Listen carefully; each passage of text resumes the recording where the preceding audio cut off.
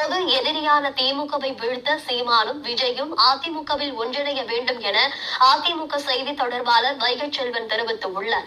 காஞ்சிபுரம் மாநகராட்சிக்கு உட்பட்ட மேட்டுத்தெரு பகுதியில் உள்ள தனியார் திருமண மண்டபத்தில் கட்சி வளர்ச்சி பணிகள் குறித்து நிர்வாகிகள் ஆலோசனை கூட்டம் அதிமுக செய்தி தொடர்பாளர் வைகை செல்வன் தலைமையில் நடைபெற்றது. இதில் காஞ்சிபுரம் மாவட்டத்தை சேர்ந்த அதிமுக பல்வேறு அணி நிர்வாகிகள் கலந்து கொண்டனர். நிகழ்ச்சிக்கு பின் செய்தியாளர்களை சந்தித்த வைகை செல்வன் பேசுகையில், தமிழகத்தில் பெண்களுக்கு பாதுகாப்பு இல்லை என்பதற்கு எடுத்துக்காட்டு காஞ்சிபுரத்தில் நடைபெற்ற பெண் கொலைதான் என கூறினார். நம்முடைய பொது எதிரியாக இருக்கிறது யார்? சீமானுக்கு பொது எதிரி யார்? திமுக.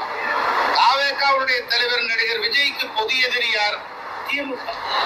இப்படி கட்சிகள் எல்லாம் இருக்கிறது.